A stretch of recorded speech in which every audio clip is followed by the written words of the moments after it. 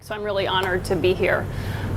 Let me say a tiny bit about where I am in my own research on this topic so that you understand that as context for what we're going to do together over the next 3 hours or so, a little less. And that also might help make sense of the nature of the presentation I want to offer and the nature of the interaction that I hope we'll have. So as Professor Roberts said, I work on a project that has the same title as this presentation called Educating Harlem.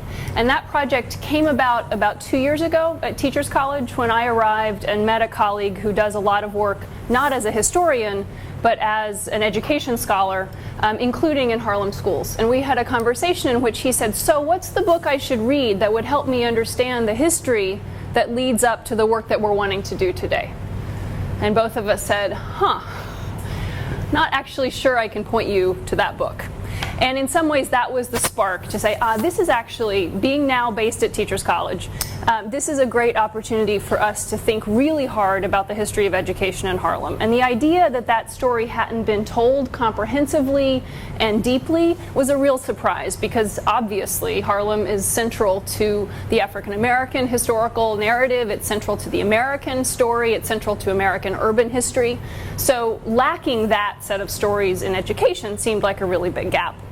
So we're a couple of years into this work, but not at the point yet where what I'm going to do for the next 45 minutes is tell you about my original research. Because instead, we're still at the point working with a group of about 12 scholars from around the country who are putting together an edited volume. We're still at the point of researching and collecting and wanting to make sure that we have a robust enough sense before we can give that 45-minute original lecture.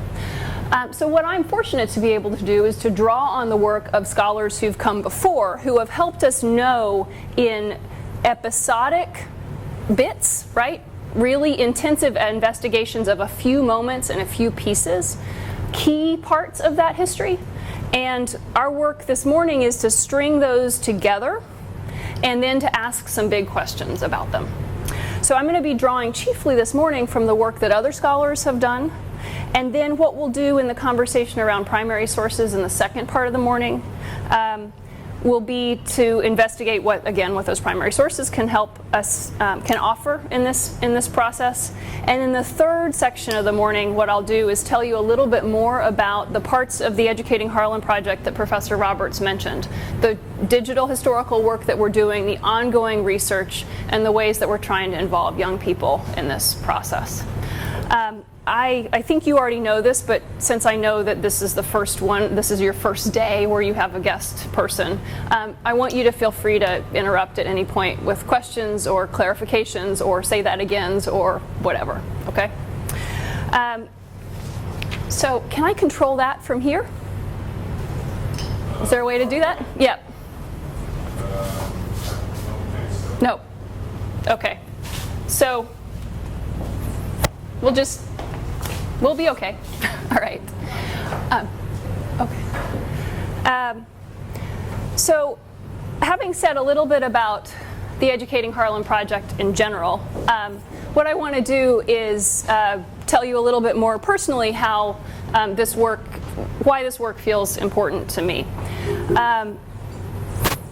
Under the rubric of the question, what do we know about the communities and schools in which we teach, right? How many of you consider yourself an educator in some capacity right now? Right, yes. So you're in places working with people, helping them to understand their current stories or their historical stories. And it seems obvious in many respects to say that one crucial part of that work is understanding the communities in which you're working. I was a New York City high school teacher before I went to graduate school. And I taught at a school in Central Harlem on 136th and Edgecombe Avenue. It's a building actually that we've read about that we're going to talk about. I was there from 2000 to 2002 before I moved to a school in the South Bronx. And I was in room 202, and I will forever remember that room because that was my first classroom, right? And I left and came to graduate school at Columbia, and a few years later read an article by Adina Back, which you read for today, right? The one that she titles exposing the whole segregation myth, the Harlem 9 and New York City school desegregation battles. And it took a while, but finally I realized that I was reading about the building in which I had been a teacher for 2 years. And the building in which I went every day, I stayed really late at night, my students came from lots of places near and far. But that story had been completely invisible to me as a teacher in that building. And that fact is probably not that uncommon, because we think about schools as historical institutions much less than I think we should. And I think that had I known that story, and in my defense, Adina Back hadn't published this article yet, so it's not entirely my fault. Had I known that story, I would have been prompted to think more deeply about the history not only of the building in which I was working, but the history of the families from which my students came, the history of the neighborhood that I was in every day. So with that contradiction between what I knew as a teacher and what I knew once I had left that classroom and come back to graduate school, I think it's really important to ask this question about what we know about the communities in which we teach, not just in general, as I'm sure you already are, but really specifically, what do we know about the schools in which we work? What do we know about the community institutions and their specific history in which we're teaching?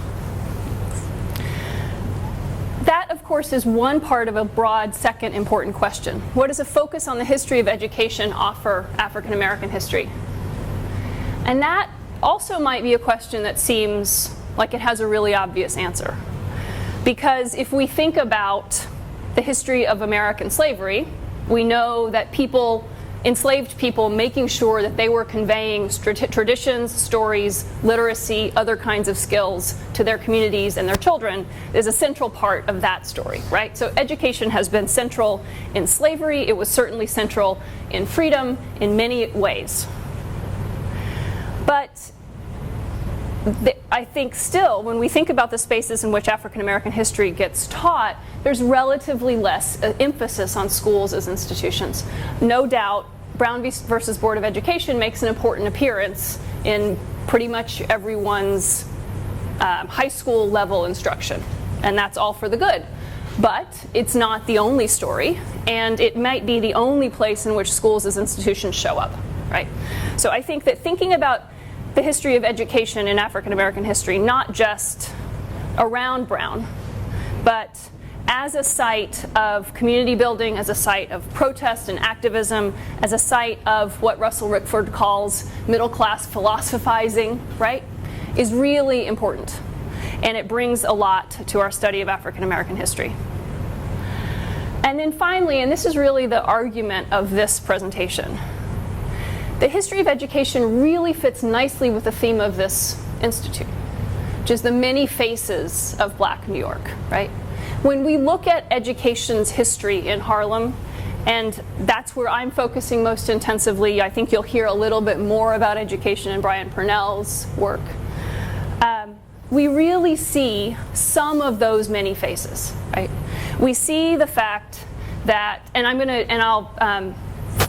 I'll save this for the conclusion, right? So we're going to see lots of those many faces. We're going to see a lot of the sort of range of perspective and range of experience that really is central to the African American historical story here, right? Okay. So if our goal in this first section of time is to build a sense of a story about the history of education in Harlem, you've encountered 4 readings, right? That in advance of today that help us on that topic. Can you advance to the next one? I've chose these in part because I think they tell really important stories, but I also chose them because they give us a sense of a shifting and some development over time, right? And I've organized them here in this list chronologically. Laurie Johnson's A Generation of Women Activists, which of these readings, starts earliest in the 30s. Adina Back's Harlem 9, which really has its peak this 1957 moment. Martha Biondi's Brooklyn College Belongs to Us, which is more focused on the 60s. And Russell Rickford's Integration, Black Nationalism, and Radical Democratic Transformation, which helps us think about the mid-60s to early 70s. So my goal in the next half an hour or so is to help us stitch these together into a timeline, to notice some core themes and to notice some of the many faces that they help us see. But before doing that, what I'd like you to do is make sure that you've got a chance to look back. You spent the time reading these, right? You have things to say about them. So I'd like to make sure we take a few minutes for you to reconnect with those texts and so that you can contribute to the story that I want to help us build together. So let's just divide, since there are 4 texts, let's just divide the room into 4, okay? So the people who are in row C, the woman with this lovely green, so you're the middle row, okay? So you guys and people closer to me, from woman with a lovely red scarf, left, right, this quadrant. Does this make sense? You guys, let's take 10 minutes, and what I'd like you to do is look back yourself at the Johnson article with these 2 questions in mind. What's going on in Harlem schools at this moment? And these are just, it's okay that these are just simple descriptive questions. I'm just asking you to reconnect to what the historical narrative is. We'll talk about their interpretations a little bit more later. What was going on in Harlem schools, and how were various Harlem constituents seeking to improve schooling? Okay. And then, so this quadrant, you guys can look at the Adina Back article. This northeast quadrant for me, right? So that, do you see who you are? Do you know who you are? Yes. Yeah. So you're the corner, right? And everybody up from you would look at Biondi, Brooklyn College belongs to us. And then you guys here in this corner can take a look at the Rickford article again, okay? And so the same 2 questions apply to all of these. So the reason I'm asking you to look back at them, again, is so that when I start piecing this together into a single story, you can interrupt and say, but there was actually another theme that I want to bring up, right? And so you're refreshing your memory from the reading for the purpose of participating in this conversation more. So I'm glad the conversations are going so well. So let's bring some of that back together as a whole group. Okay.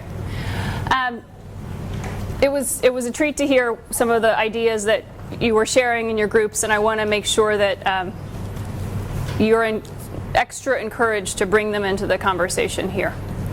So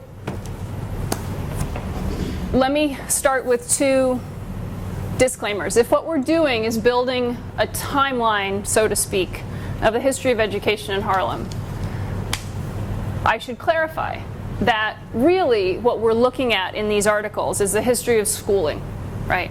And there's a big space between the history of education and the history of schooling. And historians have typically focused on the history of schooling, right? They've focused on the institutions, on what happens inside those spaces. I think that those are very important spaces, but they're not the only ones, right? And so even if we include higher ed, as Martha Biondi does, in thinking about schooling, it's still the institutional context, right? It's not the story about all of the many places that kids learn, which are not schools. So we need to understand that. Someday, I hope we have the historical literature that helps us say, what was it, how did kids learn, right, in the 1940s or the 50s or the 60s? We don't have that literature to draw on right now, so we want to be clear about that limit.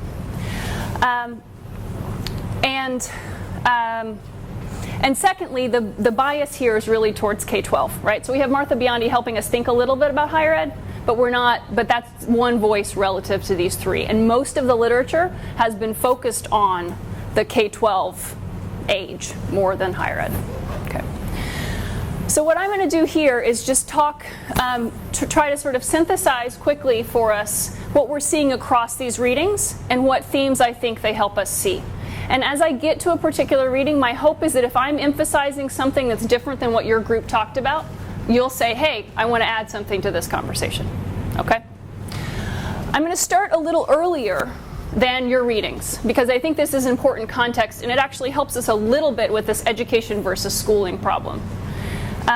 On the bibliography that I'll pass out for you later, I reference Kevin Magruder's new book called Race and Real Estate in Harlem.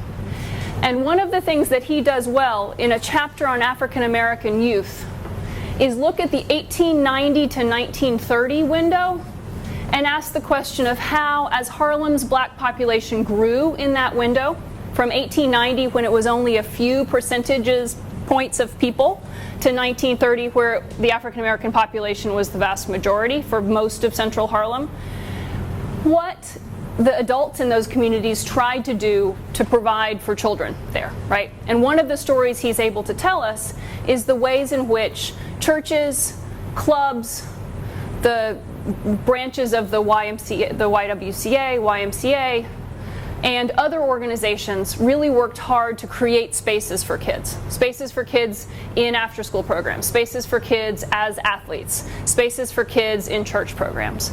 And so he's giving a sense that at the same time, 1890 to 1930 roughly, when lots of Harlem schools are, as they continue to be later, very overcrowded, very stressed in terms of their facilities and relationships to the kids who are there, there's a lot of work going on outside of the school space to create spaces and opportunities for children, right? So that's part of this story, is the sort of building of an educational landscape that's beyond schools.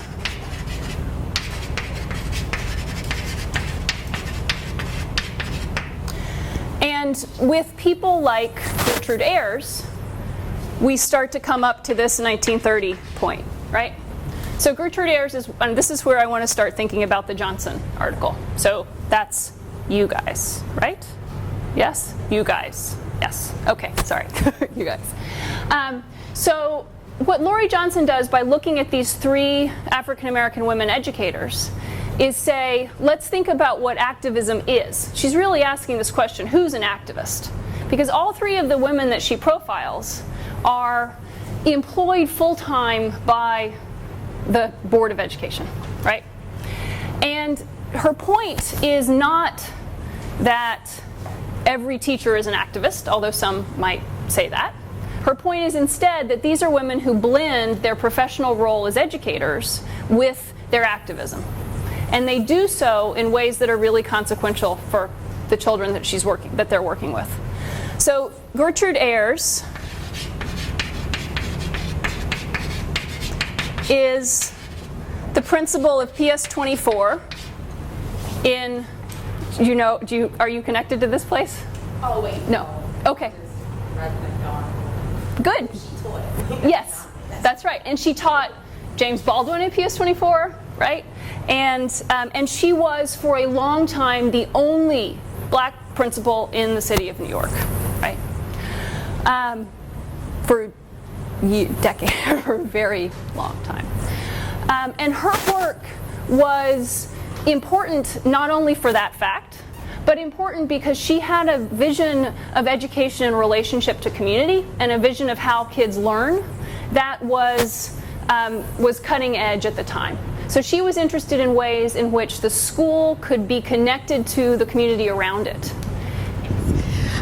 One of the things that I think was like really interesting here was like not just the connection between the activism and like the curriculum in terms of what they did on their own. So like we like read Black Skin, White Mass and Wretched of the Earth, like all this stuff on their own to kind of inform their activism. And then they were also a part of actual outside organizations, so people were members of the Black Panther chapters, which makes that kind of activism easier because even though you're just 18, you're getting like this training from these other organizations and these outside people, and you have the support of Kathleen Cleaver and these other kind of prominent activists at the time to support your on-campus cause. Thank you very much. There was another hand up. Yeah. On a related note, I guess it was interesting and it was surprising for me to see the reaction of kind of like the old guard of the integrationists like Bayard Rustin saying that the Black Studies department that the students wanted, or the Black Studies that the students wanted, was like a training ground for militants. Soul courses that were easy and not necessarily a reflection of academia. So I just thought that was interesting that they would meet up against resistance from such figures. Yes. Yeah. Yeah. And another, there are so many. There are real divisions, right? Even if people can describe the problem in a similar way, there are real divisions in terms of how they think about addressing it. Is it Ajwa? Your point, I think, is a crucial one to connect to another major theme in the history of education in African American history, which is, and I mentioned Ella Baker earlier, the idea, Charles Payne developed this term, and I think it's tremendously important. It helps us think about these people. The idea of the organizing tradition as an education, as a pedagogical tradition, right? So that one of the problems with talking only about schools when we talk about the history of education is that we might miss, for example, what happens when movements make themselves educational enterprises. When they say, you want to work with us? Fine. Read Fanon. Or when, in Ella Baker's case, organizing people as a consumers league in the 1930s means also having conversations about how a group of people govern themselves democratically. So the idea that the movement itself is a pedagogical space, it's an educational space, and it develops people's capacities as individuals to then move into other spaces as activists. So thank you for that point. I think Biondi doesn't call it that way, but I think some of what you're seeing in how activism develops reflects this, right? That the learning being in the Black Panther Party helps students when they go think about campus activism. Is it pointed out that this is happening other places in tandem with the same time with the Black Panthers as well as SNCC? Yes. On not only in high schools but other college campuses. Yes. It's happening at the same time. Yes. So the reason I use this chapter from Martha Biondi's book is because it's the chapter that helps us think about Harlem specifically. But what she's offering in the book titled The Black Revolution on Campus is actually much more of a national view. So that's another good place to look for some of those stories. And when Charles Payne describes this organizing tradition, he's thinking about student activism in Mississippi, right? And so Ella Baker's our Harlem branch of that work, but it's really, the story is coming from lots of places geographically. Thank you for that point. Yeah. Hi, I have two questions. The first about Gertrude Ayers and like the women activists of the 30s. Mm-hmm. Would they be considered like unique people who resisted in a male-dominated field, or was that around the time that teaching wasn't necessarily that way? That's a great question. And my second question is around the Hardy report, and I guess the other supplement as well. So I work for DC Public Schools, and that is verbatim our issues right now. So I'm curious about whether these are the same issues in New York. Is this like a complete urban education in 2015 issue, like right down to our annual T-shirts say all kids can learn? So is this like, it's extremely duplicative if we're doing the exact same research right now that happened decades ago. So is this not what's going on in New York anymore? Okay. So what I'm going to do is say that you should take the second question to lunch with your educator colleagues here, right? Rather than giving you my one person's take on that question. I think it's a really important one. Because lots of people here have different angles of vision on the New York City public schools today. I do think that, like I said earlier, there's a lot of resonance with the nature of the problem then and the nature of many problems now. On the first question, are people like Ayers unusual? So women are the majority of the elementary school teaching population across the 20th century. So a woman elementary school educator is doing something within the very well-established gender norms, right? A woman principal, however, is much less typical, but Ayers is the principal of an elementary school, which actually is more frequently the case that an elementary school principal would be female. High school teachers post-1950 are still majority male, and high school administrators are almost entirely male, right? So Ayers is unusual chiefly in New York City in this moment as an African American woman educator, right? There are other women who are principals, but at the elementary school level, okay? But the point, I think part of the point there that's so crucial, right, is that when women educators choose to become activists in the ways that they are, it's important to consider what they're doing in relationship to their racial identity, right? What they're doing in relationship to their gender identity, what kinds of activism are acceptable for women at that time. The teachers union is both female and male, so I don't think there's a particular argument to be made there, but it's a really important question. And it's also important to be asking what the complications are of choosing to be an activist teacher. Because there's certainly, it's important to realize that teachers are not always positioned as activists, right? And sometimes, in some moments of civil rights and black freedom struggle history, teachers have been understood as sort of guardians of a middle class politics of respectability, right? So not every teacher is following in this particular lefty mold. And one of the things that is really important to try to understand in the history of education in Harlem is what it means for this to be simultaneously a place where there are a lot of black middle class teachers, although many of them start to leave the city even if they continue to teach in the schools in the 50s and 60s, and what their stories are in relationships to the stories of the communities that they're serving, right? So it's not a single. What you're doing there is opening us up to needing to ask a lot of questions about who these people are as historical actors, and it's not a simple story. So thank you for that. Okay. Are there other questions on the readings that you want to make sure we address before we move to look at the primary sources? Tony, right? Yeah. Yes. I was curious to know in the Harlem 9 case, Judge Pollier, is there ever, say, post-decision, an interview that was done with her in regards, and I'm asking this because she made a conscious choice of weaving in Plessy versus Ferguson around speaking to institutionalized racism.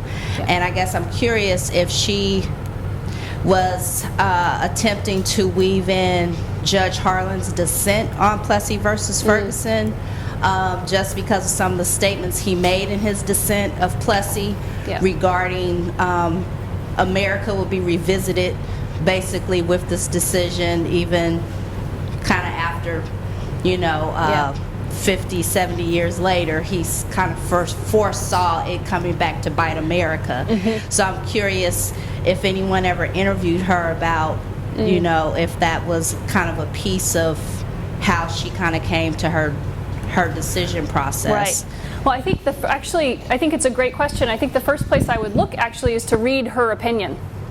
Read the opinion in the case. And I've read it, but I'm not remembering exactly how she addresses this question. But paying careful attention to the nature, she discusses, for example, the then relatively new but still powerful separation between an idea of de jure segregation and de facto segregation at a time when New York would have very comfortably said, oh, it's okay, this is de facto segregation.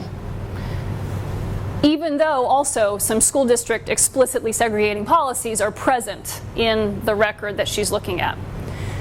But she says, we're not going to pay attention. I'm not actually interested in fighting about whether something is de jure or de facto. What I'm concerned about is the segregation, and what I'm concerned about is the response to it. Right? So that's only to say that the legal opinion is actually a really good place to look to see some of that reasoning process, and I would commend it to you. Yeah, and I don't actually think that Back uses it much, but in the footnotes it's referenced, so you could find it that way. Yeah. Shamika? Yeah. I'm curious because I guess it was the Harlem 9, which is what we focused on. The schools are all in Central Harlem, and my family, I'm third generation Harlemite. I'm going to get the map open while you're talking. And my family is from El Barrio, and so I showed you and some others my father's first grade class photos, which were fairly, ethnically mixed. My uncle's kindergarten class photos also, So I'm curious, what was so unique to Central Harlem that they might have had some issues that didn't translate to other parts of the Harlem community, or was it by grade as opposed to region? Okay, so how do we think about who's living in Harlem? How do we define Harlem neighborhoods is another way to take up this question. If this is 110th Street and this is Manhattan North, right? Depending on who you ask, this is all Harlem. Only a small portion of this is Harlem. Harlem doesn't start until here or here, you know, any number of various definitions. And it's really crucial to figure out what that definition is. For HARU, for example, they take a definition that's 110th Street north to Morningside Park. So City College is not in their central Harlem, for example. And Fifth Avenue is the eastern boundary, right? So and that's for programmatic reasons. Where is the neighborhood that they are surveying? Where is the neighborhood they're trying to serve? So that's central Harlem. East Harlem, often heading even farther south and into this triangle here by many folks' definitions. And then West Harlem farther north and along the river. But those are all constructed boundaries, right? I mean, there's nothing inherent about any of those. I'm just referencing them because that's the way that a lot of the 60s discourse runs. But how that matters is visible in terms of who's living where. So I brought these just in case it was useful to see them. I'll show you some maps that help us think about the demography. So this is, I'm going to ask you to advance it a few times. So this is 1940 African American residents. The reason we would start with a census map from 1940 is it's the first time that Harlem is divided. So before this, the numbers that you get on a map are generalized across Manhattan, right? So part of the reason HARU would define central Harlem the way it does is because it's thinking about the historic boundaries. This is 110th Street. This is Fifth Avenue. This is, this is 8th Avenue, right? So when they say central Harlem, what they're defining is the historic, sort of most concentrated area of black settlement, right? By 1960, African American settlement has moved farther out, right? So East Harlem, in the time that your dad's growing up, is significantly Puerto Rican and significantly African American, and there's still some Italian families from an earlier generation, right?